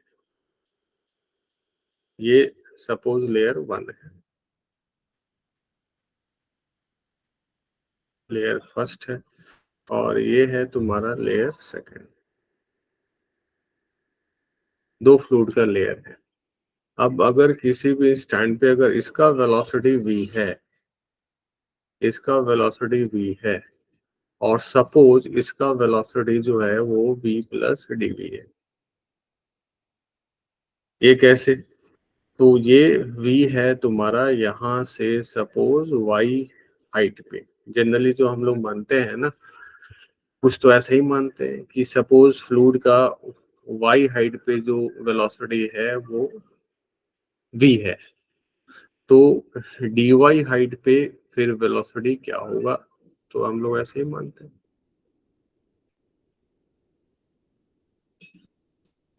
ये यहाँ से dy कर लो, v प्लस dv। तो जैसे फ्रिक्शन लगता है ना, फोर्स रिलेटिव मोशन के अपोजिट, इसके रेस्पेक्ट में ऊपर वाला dv से आगे जा रहा है, तो यहाँ पे एक लाइक फ्रिक्शन एक फोर्स लगता है due to property of viscosity, जिसको बोलते हैं हम लोग विस्कस फोर्स F, इसी का नाम है विस्कस फोर्स, इसी का नाम है तुम्हारा विस्कस फोर्स। तो उन्होंने बोला, न्यूटन ने बोला कि जो विस्कस फोर्स F होगा वो डायरेक्टली प्रोपोर्शनल टू एक एरिया, उन्होंने बोला ये जो एरिया देख रहे हो ना जो कांटेक्ट में बना हुआ है ऐसा ऐसा, क्रॉस सेक्शन नहीं, जो कांटेक्ट में बना हुआ, इसका भी और ये इसका, यही एरिया कांटेक्ट में है दोनों, मतलब नीचे वाला। तो ये जो एरिया है वो एरिया, उन्होंने बोला एरिया ए। तो उन्होंने बोला कि विस्कस फोर्स जो होगा लाइक फ्रिक्शन अपोज करेगा और वो डायरेक्टली प्रोपोर्शनल टू होगा एरिया के, एरिया ऑफ कांटेक्ट। और दूसरा प्रोपोर्शनल होगा वेलोसिटी ग्रेडियंट के, डीवी बाई डी वाई। जैसे temperature gradient dt by dy किए थे ना थर्म, अच्छा तुम लोगों को भी थर्मो पड़ेगा। तो वेलोसिटी ग्रेडियंट, ग्रेडियंट का मतलब होता है स्लोप, तो इन दोनों को प्रोपोर्शनल होगा। अब इसी को अगर एक साथ लोगे तो f directly proportional to a times dv by dy। अब यहीं पे एक प्रोपोर्शनलिटी कांस्टेंट आएगा जिसका हम लोग नाम दे देंगे ईटा, कोएफिशिएंट ऑफ विस्कोसिटी, जो यूनिट डायमेंशन ये सब में बार बार आता था, dv बाई dy और माइनस साइन। ये एग्जैक्ट रिलेशन आ गया। माइनस साइन देते हैं कि अगर dv पॉजिटिव रहेगा तो फोर्स किधर आएगा, अपोजिट, और dv नेगेटिव रहेगा तो फोर्स किधर आएगा, सामने। तो नेगेटिव साइन ये इंडिकेट्स करता है कि जो फोर्स लगता है वो opposite to the relative motions. यहाँ पे जो ईटा है इसका नाम है coefficient of viscosity, coefficient of viscosity.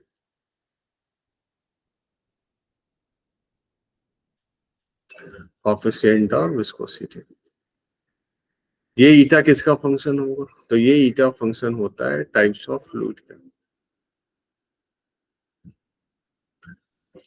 और टेम्परेचर का, टेम्परेचर का उतना अभी रिलेशन इसका जानना नहीं है। टेम्परेचर टाइप्स ऑफ फ्लूइड का फंक्शन होता है।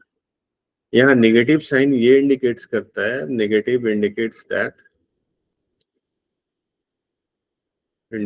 That direction of f will act opposite to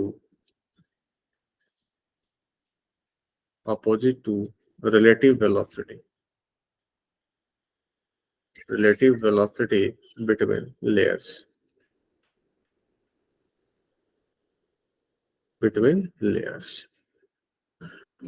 फिर साथ में उन्होंने ये भी बताया कि इसका अगर तुम देखोगे कि ये लाइन कैसे बनाएगा तो ये तुम्हारा पैराबोलिक कर्व पे चला जाता है। अगर देखोगे कि फ्लूइड का ये जो ये लेयर है वो लेयर का इस तरह से,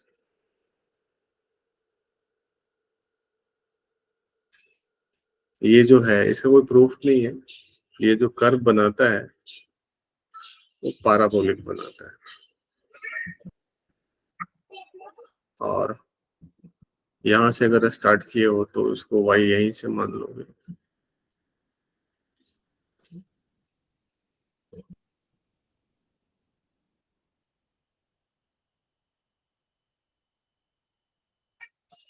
यहीं से मानो।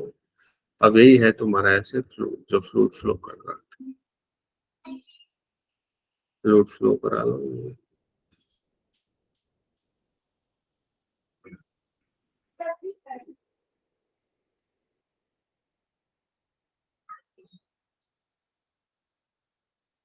तो ये फॉर्म तो पहले याद रखना है, ये वाला जो फॉर्म है ना, ये वाला फॉर्म याद रखना।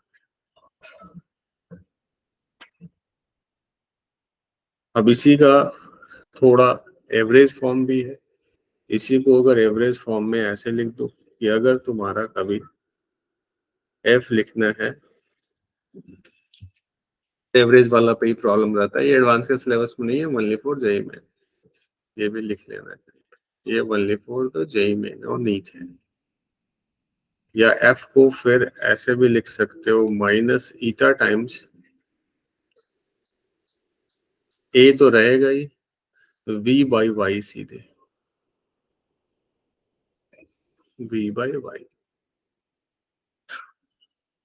y इक्वल टू 0 पे वेलोसिटी 0 है और हाइट y पे,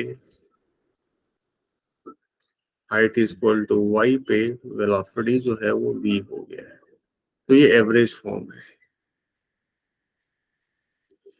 दोनों यूज करते हैं हम लोग। ये भी यूज करते हैं और ज्यादा तो प्रॉब्लम इसी से रहता है, ये भी यूज करते हैं। तो देखो न्यूटन ने क्या बोला, बोला कि जो फ्लूइड का जो लेयर है ना, ये उन्होंने बोला कि लेयर बाय लेयर ऐसे फ्लूइड फ्लो कर रहा है। तो हम लोग जानते भी है, देखते भी है कि अगर मान लो रिवर में फ्लूइड फ्लो कर रहा है ना, तो टॉप का वेलोसिटी नीचे जैसे जैसे आओगे वैसे वैसे वेलोसिटी कम होते जाता है, क्योंकि जो नीचे वाला लेयर है डायरेक्ट फिजिकल कांटेक्ट में रहता है ज्यादा से ज्यादा सरफेस के साथ। जैसे जैसे ऊपर जाओगे वेलोसिटी बढ़ता है। तो न्यूटन ने बोला कि जैसे फ्रिक्शंस तुम्हारा लगता है दो रिलेटिव मोशंस के बीच में अपोजिट डायरेक्शंस में, तो वैसे ही तुम्हारा विस्कस फोर्स भी लगेगा, जो डायरेक्टली प्रोपोर्शनल टू ये जो कांटेक्ट एरिया है इसके प्रोपोर्शनल होगा और वेलोसिटी ग्रेडियंट के प्रोपोर्शनल होगा। और माइनस ईटा माइनस इंडिकेट्स करेगा कि डीवी अगर उधर है तो फोर्स पीछे है, अगर ऊपर में वेलोसिटी डीवी नेगेटिव है तो फोर्स उसको आगे रिलेटिव मोशन के अपोजिट में लगेगा। और ईटा टाइम्स ईटा हो गया कोएफिशिएंट ऑफ विस्कोसिटी। ये डायरेक्ट एक लॉ है, न्यूटन का लॉ है, तो इसका कोई प्रूफ है नहीं, डायरेक्ट लॉ में ही करते हैं हम लोग। अब ज्यादा जो प्रॉब्लम आता है इसमें ना, वो एवरेज वाला टर्म में आता है जो हमने ग्रीन से लिखा है। जैसे क्या दे देगा, तो जैसे इस पे एग्जांपल देख, पहले तो लिख लेना कि only in JEE Main syllabus, only for JEE Main. NEET में तो हर एक साल कुछ काटते हटाते रहते हैं, तो अपने अकॉर्डिंगली वो देखना पड़ेगा अपने ईयर में। तो इस पे एग्जांपल देख लो। जैसे जैसे मान लो एक हमने इंक्लाइंड प्लेन ले लिया,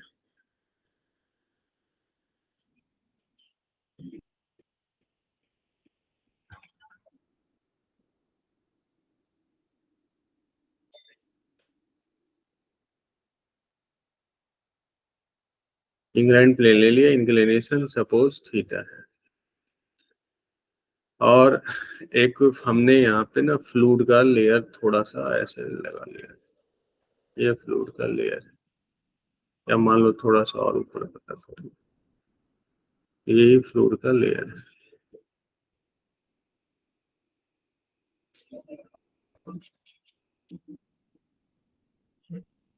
फ्लूइड का लेयर है, फ्लूइड का जो लेयर है उसका यहाँ से यहाँ तक जो है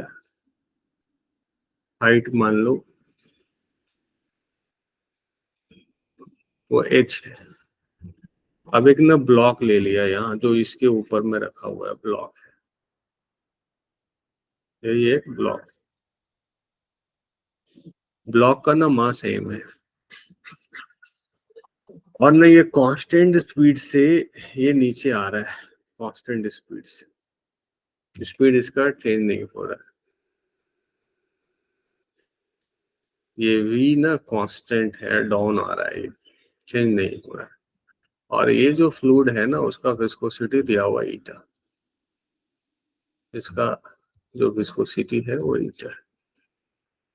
तो पूछ रहा है कि रिलेशनशिप बताओ, विस्कोसिटी में वेलोसिटी में ये सब में रिलेशंस बताओ।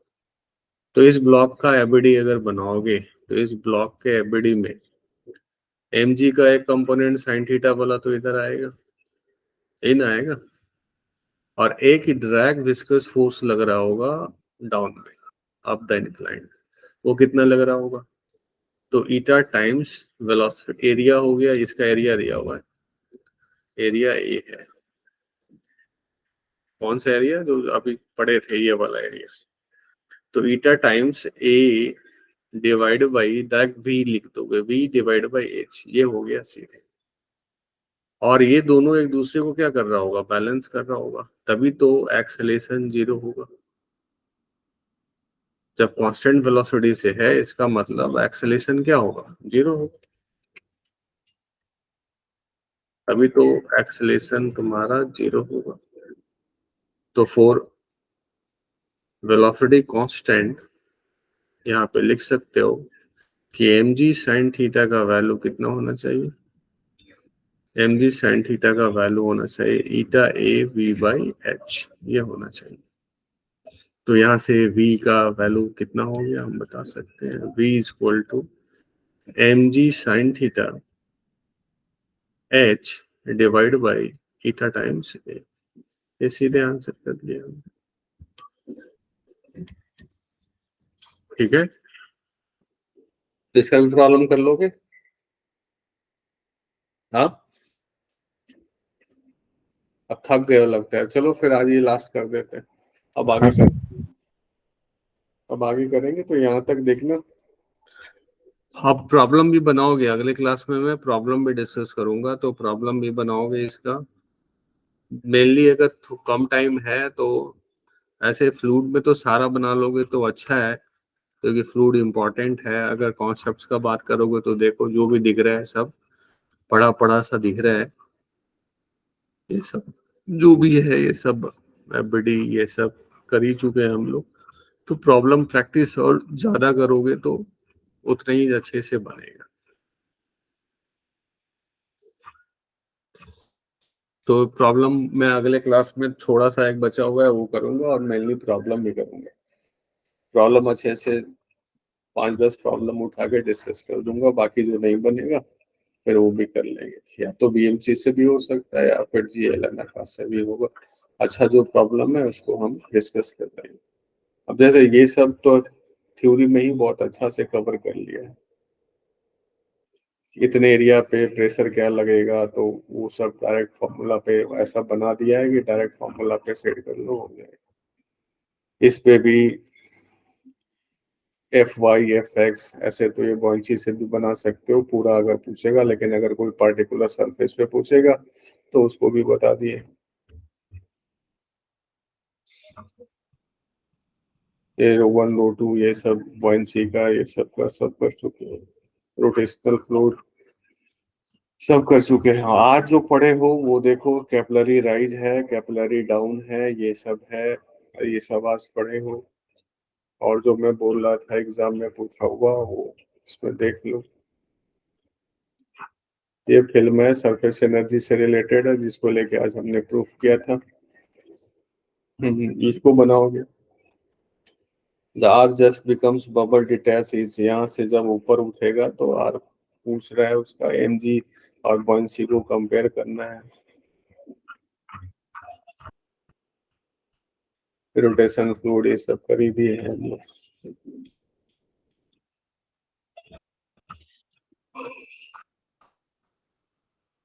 ये सर्फेस टेंशन के रीजन से एडवांस का पूछा हुआ है, फोर्स बनाना है एफबीडी। एक ये है तुम्हारा, देखो यहाँ पे दिया हुआ है। एक दोनों एरिया दोनों तरफ सेम है, बट एक में आधा हेमिस्फेयर बनाता है, एक में हेमिस्फेयर से कम बनाता है। तो पूछ रहा है किधर से किधर फ्लो करेगा। एक ये बना लोगे, इसमें देखो इस तरह का है, एबीडी बनाना है हमको। बस एबीडी से इसे बनाओगे हो जाएगा।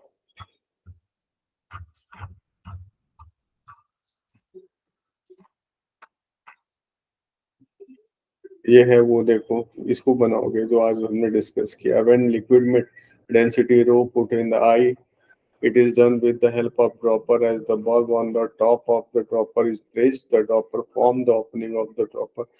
We wish to estimate the size of the drop. When the first assume that the drop form the opening spherical because of the required minimum increase in the surface. So determine the size. We calculate the net vertical force due to the surface density when the radius of drop is r. When the force becomes smaller than the weight of the drop get detached from the dropper. ये वही कहानी बोल दिया कि ऊपर वाला जो force है अगर स्मॉलर हो जाएगा वेट से तो डिटैच हो जाएगा। अब ये बोला the radius of opening is small R, the vertical force due to the small tension of the drop radius R is vertical force पूछ रहा है। साथ में ये बोल दिया कैपिटल आर जो है वो बहुत बहुत बड़ा है स्मॉल आर से। तो vertical force T cos theta, वही थीटा पे आर ग्रेटर देन आर का लिमिट लगा दोगे। फिर पूछ रहा है the radius of when it detach from the drop exponentially capital R का वैल्यू पूछ रहा है, तो बताया था। After drop detach the surface energy, अब आर रेडियस का मिल ही गया ड्रॉप तुम्हारा, तो सरफेस एनर्जी क्या हो जाएगा, surface tension multiply surface area. ये उसका हमने बताया जो आज किया था। ये तुम्हारा है यहाँ का प्रेशर एनर्जी, यहाँ का काइनेटिक एनर्जी को सेम कर दो। तो ये सब बनाओगे, ये डिफरेंट डिफरेंट डेंसिटी का है, ये हाइट वाला बताना है, ये सब किए थे क्लास में भी। ये सब बनाओगे आप। ये रिसेंट का है पूछा हुआ 2020 का, अच्छा क्वेश्चन है, इसको भी बना लो। तो अगले क्लास में यही सब डिस्कस करेंगे। तो आज अब यहीं तक रखो, जाओ लंच कर लो, मैं भी कर लेता। कल का ठीक है टाइमिंग सर। क्या रहेगा, कल भी तो केमिस्ट्री है ना। हाँ तो कल का भी टाइमिंग यही कर देंगे। हाँ ठीक, ठीक है। Thank you sir.